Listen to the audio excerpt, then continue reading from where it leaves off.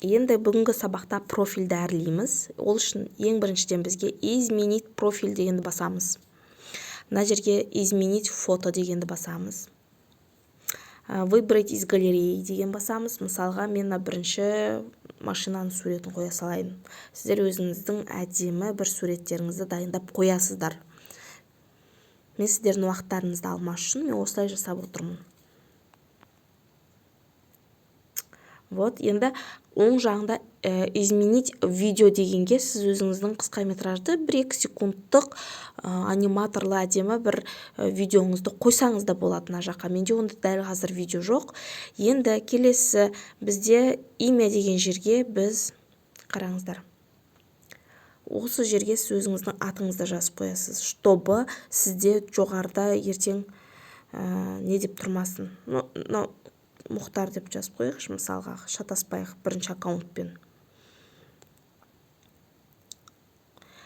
Төбесінде қазір бұл Мұхтар деген жазуды мен сіздерге көрсететін боламын, или сразу көрсете салайыншы қазір. Мына жерде тұр ғой, төбесінде, машинаның төбесінде Мұхтар деп тұр ғой. Осы жерге сіз міндетті түрде имяңызды жазып қою керексіз. Әйтпесем ол жерде US бір нәрсе деп цифралар тұрады, түсініксіз, оның бәрі неграмотно болып көрініп тұрады. Сондықтан да міндетті түрде соны Мұхтар или өзіңіздің атыңызды немесе бизнесіңіздің атын жазып қоясыздар. Енді мына жерге имя пользователя дегенге сіздің логиніңіз тұра береді. Енді описанияға келейік. Описанияға сіз өзіңіз мысалға мақсатыңызды жазып қойсаңыз болады. Немесе өзіңізді таныстырып жазып қойсаңыз болады. Немесе сататын өніміңіз болса, мысалға мен жазып қойдым бұл жерге курс 990 теңге.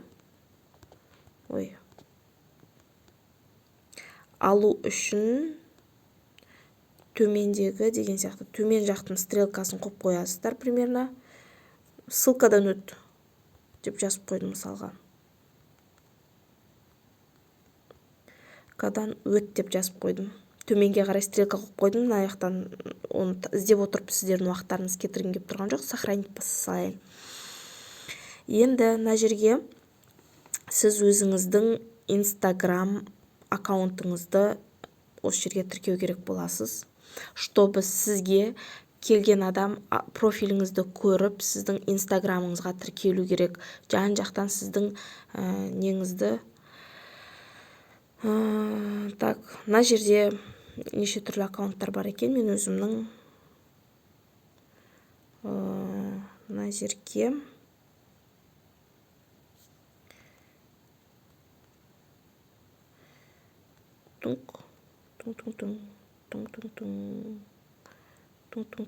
деп тіркеп қояйық. Парольді жазып қояйық.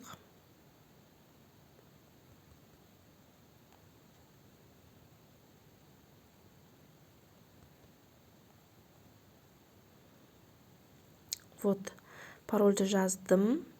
Логиніңізді жазасыз. Ранее вы подключили в TikTok аккаунт, Instagram, хотите и дальше делиться информацией о TikTok курс, TikTok KZ дейді. Осы жерден сіздер разрешить дейсіздер, болды сіздердің Instagram аккаунттарыңыз осы аккаунтқа байланып тұратын болады.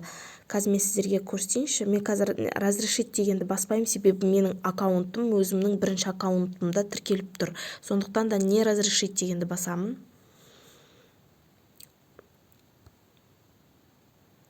Мына жерге Инстаграмды тіркеп қойдық. Енді дәл солай мына жерге YouTube каналыңыз бар болса, мына жерге YouTube каналыңыз бар болса, YouTube каналыңызды тіркейсіздер. Мен өзімді тоже сама YouTube каналымды бірінші аккаунтыма тіркеген болатынмын. Мына мысалға менің YouTube каналымна екінші Gmail'да, егер сіздер мына Назерке Қалмахан YouTube деп тұр ғой, екінші осыны аламын.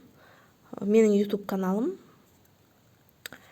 Дәл осылай жаңағыдай разрешить дегенді басу арқылы сіздер өздеріңіздің gmail.com-дарыңыздың паролін теру арқылы осы жерге YouTube каналыңыз бен Instagram аккаунтыңызды тіркеп қоясыз.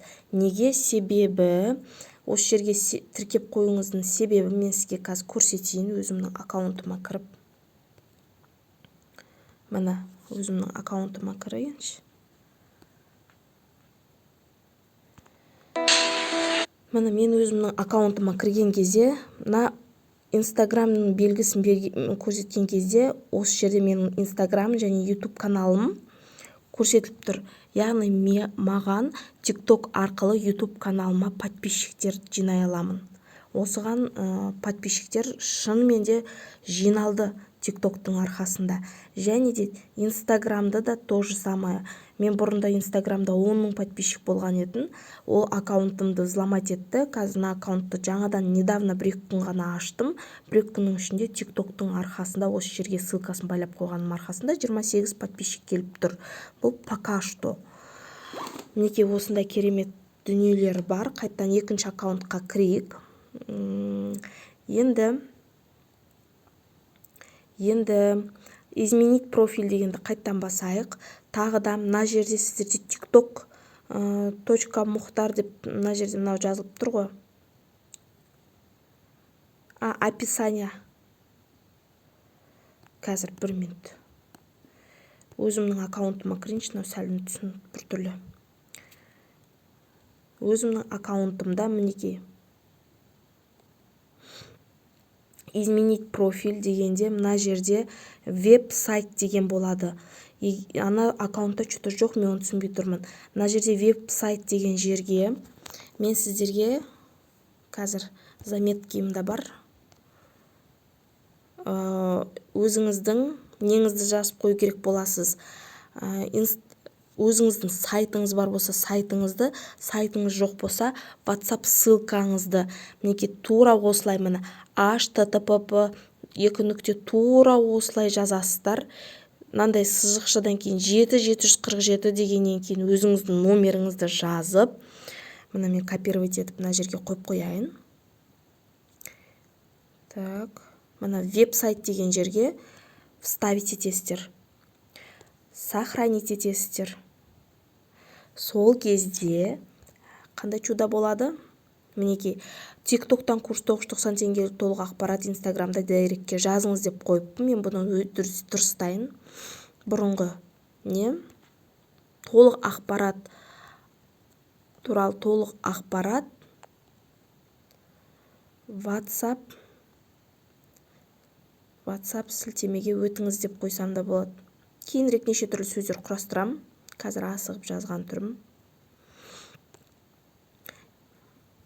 Міне, все. Қараңыздар.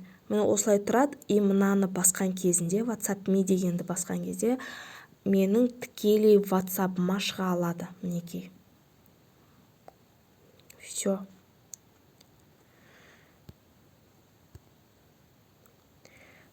Бұл пока что осы. Тағы да қазір